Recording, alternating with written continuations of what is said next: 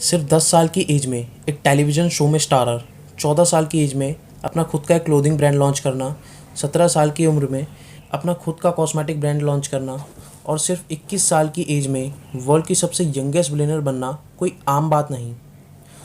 दोस्तों, भला कैसे कोई इतनी कम उम्र में इतने अनबिलीवेबल काम कर सकता है और कैसे काइले जेनर ने इतनी कम एज में ये मकाम हासिल किया। तो ये बात आज हम जानेंगे हमारी आज की इस बड़ी ही इंटरेस्टिंग वीडियो में।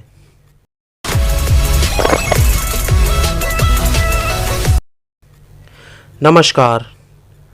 तो दोस्तों, आज हम बात करने वाले हैं इतनी कम एज में ऐसी ही कई सारी अचीवमेंट हासिल करने वाली काइले क्रिस्टन जेनर के और उनके 5 ऐसे रूल्स के बारे में जिनके ज़रिए काइले जेनर दुनिया की सबसे यंगेस्ट बिलियनर बनी। काइले जेनर, जो कि आज एक अमेरिकन मीडिया पर्सनैलिटी, एक सोशल मॉडल और एक बिजनेस वूमेन है।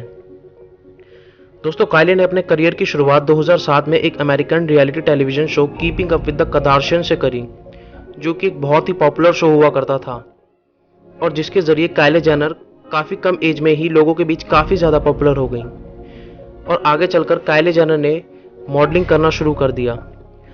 सोशल मीडिया पर और ख़ासकर इंस्टाग्राम पर लोग उनकी पिक्चर्स को बहुत पसंद करने लगे और काइले जेनर की पॉपुलैरिटी और फैन फॉलोइंग अब पहले से भी कहीं ज़्यादा हो गई थी। और काइले की इस पॉपुलैरिटी की वजह से काइले को काफ़ी सारे मल्टीनेशनल कंपनी से कमर्शियल एडवर्टाइजमेंट के लिए ऑफर्स भी आने शुरू हो गए।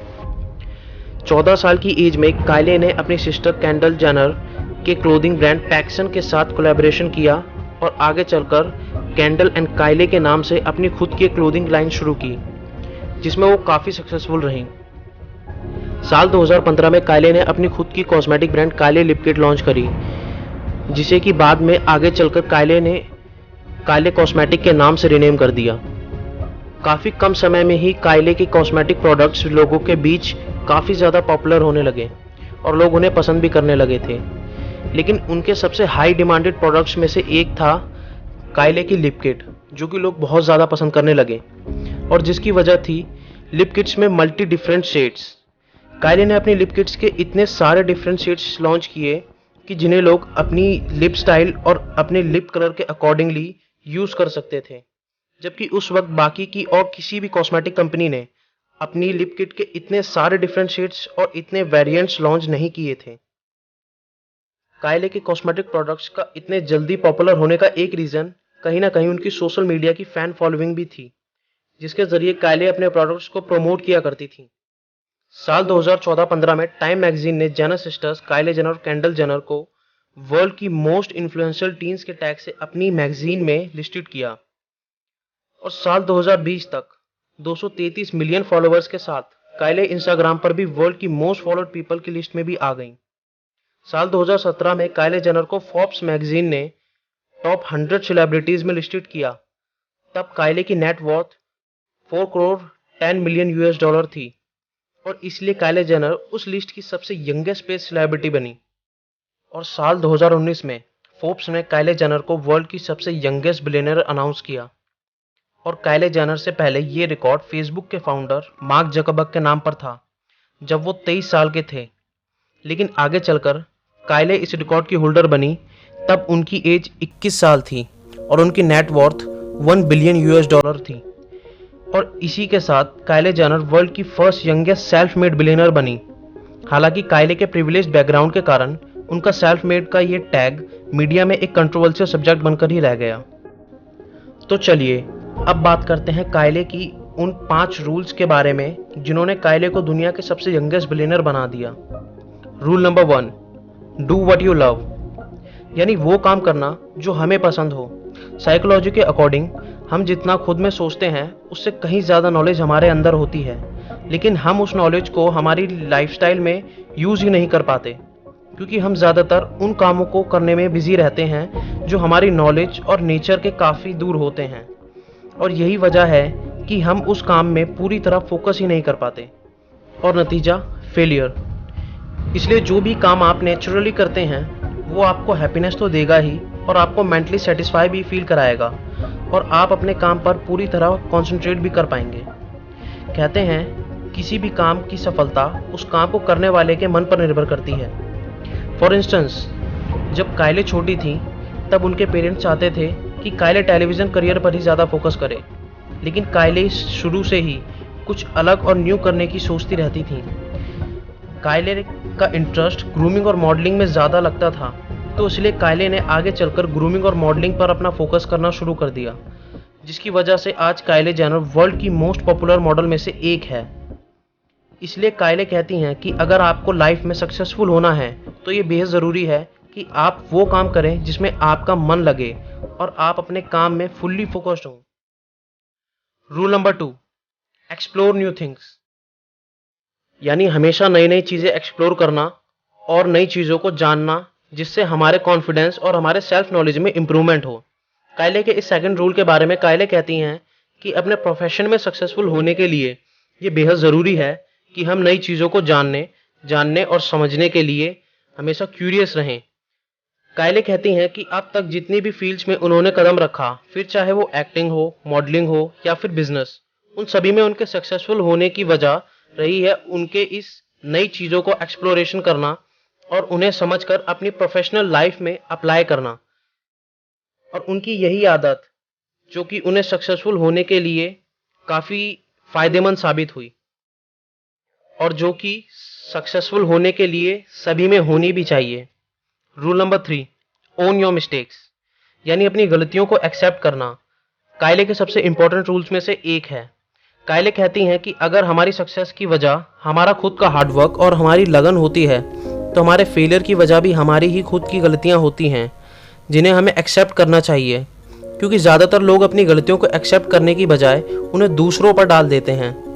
इसके बारे में कायले कहती हैं कि हम मिस्टेक्स करने में कोई बुरी बात नहीं और ना ही अपनी मिस्टेक्स पर आपको शर्मिंदगी महसूस करनी चाहिए, क्योंकि मिस्टेक्स करने का मतलब है आपने कुछ नया या अलग करने की कोशिश की, लेकिन आप अपनी उस कोशिश में फेल हुए। लेकिन उस फेलियर का मतलब ये नहीं कि आप उस फेलियर के डर से दोबारा कोशिश ही नहीं करें या आप उस काम को छोड़कर कुछ और करने में लग जाएं, बल्कि हमें उस काम को दोबारा करना चाहिए एक नए आइडिया और एक नए प्लान के साथ। अगर बाई चांस हमसे कोई मिस्टेक्स होती भी है तो हमें उन मिस्टेक्स से कुछ ना कुछ सीखने को ही मिलता है, क्योंकि हमारी मिस्टेक्स ही हमें सिखाती है कि हमारे प्लान में वो क्या कमी थी जिनकी वजह से हम फेल हुए, और वो मिस्टेक्स हमें दोबारा से नहीं दोहरानी।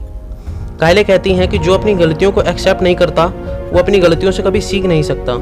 And remember, it's easy to जज mistakes of others, difficult to recognise your own mistakes, यानी दूसरों में गलतियां निकालना बहुत आसान बात है, लेकिन खुद की गलतियों को पहचानना उतना ही मुश्किल। So if you do mistakes, admit it, learn from them, it will help you to create the best version of you. Rule number 4, don't plan too far ahead, यानी बहुत आगे की प्लानिंग ना करना। रीज़न, कायले का यह मानना है कि ज़रूरी नहीं कि हर बार लॉन्ग टर्म प्लान्स और उनके फंडामेंटल्स फ्यूचर में भी उसी तरह परफॉर्म करेंगे जिस तरह हम उन्हें होना एक्सपेक्ट करते हैं।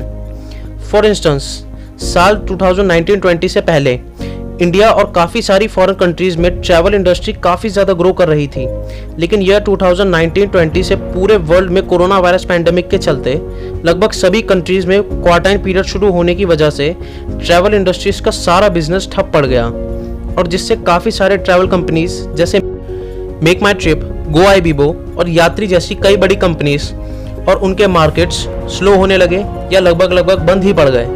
अगर बात करी जाए मेक माई ट्रिप की, तो इंडिया की लार्जेस्ट ट्रैवल बुकिंग कंपनी ने फाइनेंशियल ईयर 2020 से फाइनेंशियल ईयर 2021 के फर्स्ट क्वार्टर में ही अराउंड $163 मिलियन का लॉस हुआ, जो कि फाइनेंशियल ईयर 2020 के कंपैरिजन में 68% से भी ज़्यादा है।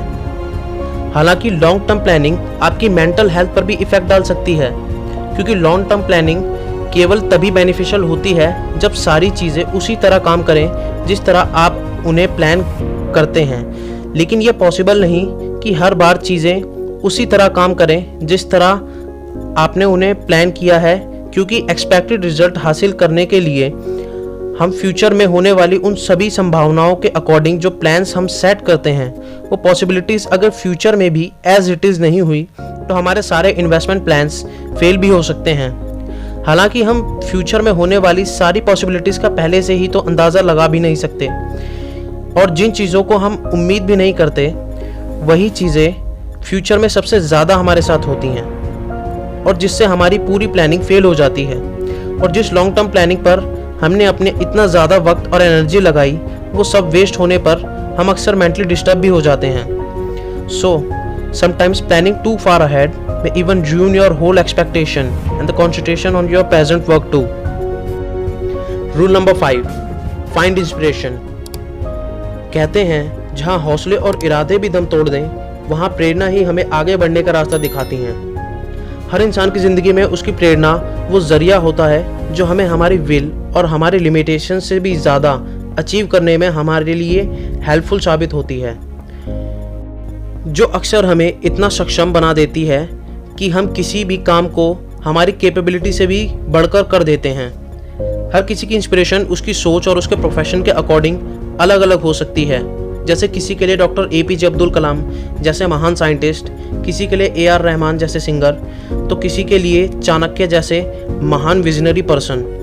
भले ही हम सबकी इंस्पिरेशन और उसका सोर्स अलग हो, लेकिन उसका मोटिव हम सब की लाइफ में आगे बढ़ने के लिए इंस्पायर्ड करना ही होता है।